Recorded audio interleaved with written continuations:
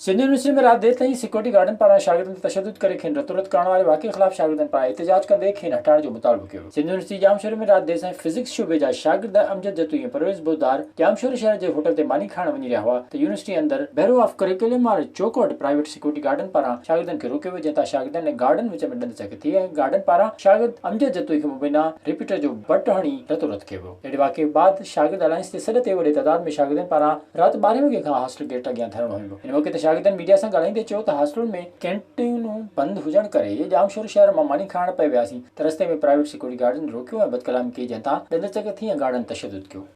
मानी खाइण वियासीं, हूं हिते ई मानी खाईंदो पर कैंटीनूं राति बंदि हुयूं, हुनजे करे बुख लॻी असां मानी खाइण वियासीं। फाटक ते पियो त गेट बंदि हुयो, असां हिनखे महिरबानी करे गेट खोलियो, असां मानी खाइण था वञूं।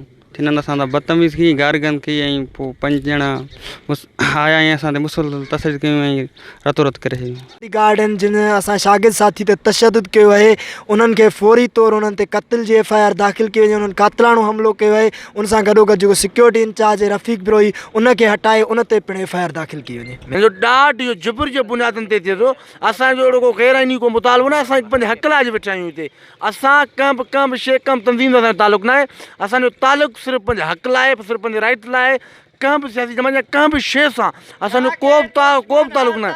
असां सिर्फ़ु पंहिंजे हक़नि जी ॻाल्हि था कयूं, हुननि सां नाजाइज़ी थिए तरह असां हुननि था कढायूं, असां सां नाजाइज़ी थिए असांखे हक़ु आहे हिकिड़ो। इंसाफ़ सभिनी लाइ हुजणु घुरिजे। शागिर्दनि मुतालबो कयो त गार्ड्स ख़िलाफ़ FIR काटी वञे ऐं सिक्योरिटी इंचार्ज रफ़ीक बिरोही खे सिक्योरिटी इंचार्ज जे उहिदे तां हटायो वञे। होॾां राब्तो करण ते सिंध यूनिवर्सिटी रजिस्ट्रार अमीर अली चयो त शागिर्दनि सां आयल वाक़े में ग़लती शागिर्दनि जी आहे, हिन बावजूदि जांच करे रहिया आहियूं। विज़िट कयो अवामी आवाज़ मीडिया ग्रुप जी वेबसाइट awamiawaz.pk